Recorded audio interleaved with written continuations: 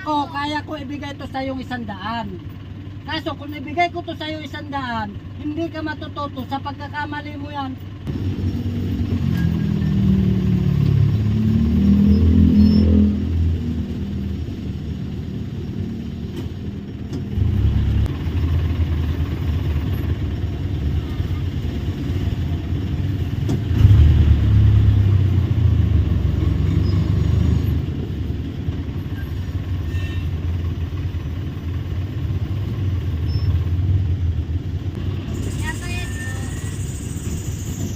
Oh, yung sukli nyo ha. Yung sukli abo opera nyo ha. Yung suklian nyo, bantayan nyo ha. Saan to? Oh, yung suklian nyo ha. Suklian yung pera nyo buo ha. Saan to 50?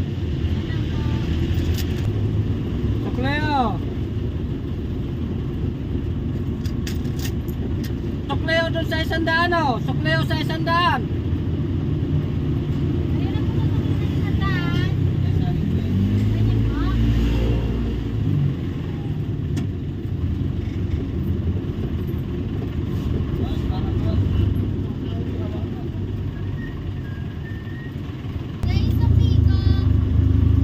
Sukleo saan?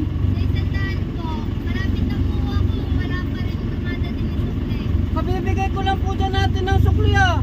Kuya, wala ako nataptap na sukli. Ate, sino kumuha ng sukli sa 100? Lagi ko muna sa isang lalaki. Nagtatanong ko pala sa ganyan. Wala manasagot eh. Oo. Wala kayo ng ano. Ayan. Kasi cellphone mo yan. Inuna mo pa cellphone kisa maghingi ka ng sukli. Kanina pa ako nagpapaalala sa inyo na yung pera nyo kung suklihan, bantayan nyo, hindi yung o ayan, kinuha nung lalaki. Paano ngayon yan? Kuya, sukli ko yun eh. Kinuha ng lalaki eh. Paano sukli ko? Wala na? Kuya, sukli ko. Nagtatanong kanina, di ko pa narinig. Tapos kinakaano ka. Nakatanong ka lang kung kanina eh. Kung kanina sukli na tandaan, wala na sagot. Kuya, yung sukli ko. Wala na akong pamasahin nito pabalik. Ay ate, binigyan na kita ng sukli. Di ba ate, kanino yung kumuha ng 100? Kinuha ng lalaki, sabi sa kanya daw. Wala na ako natanggap eh. Sa kanya na yung sukli. Binigay ko. Ano mo matatanggap? Nagsiselfon ka. Oh, kita mo yan? Pakinamera ka. Kilala niyo pala kanina yung 100 na yung binigay ko sa lalaki. Kung kilala, bakit tinatanong? Hindi na lang ako kinalapit para ibigay sa akin yung sukli ko. Ano ka, Pia? Pia yung sukli ko.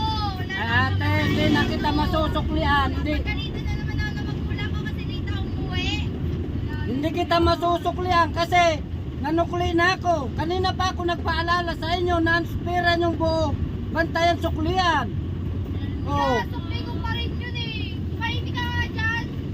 Sukli ko naman sukli eh. Kaya sukli ko. Kasi cellphone mo yan eh. Malapit ako nagtatanong. Ate. Malapit na tagaw.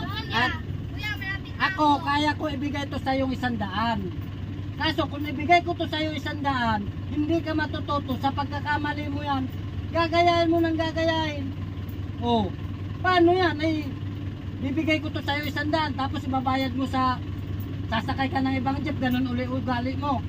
Magsiselfon ka na magsiselfon, tapos yung sukli hindi mo maintindihan. Hindi, para matuto ka, pagdusahan mo yung kasalanan mo.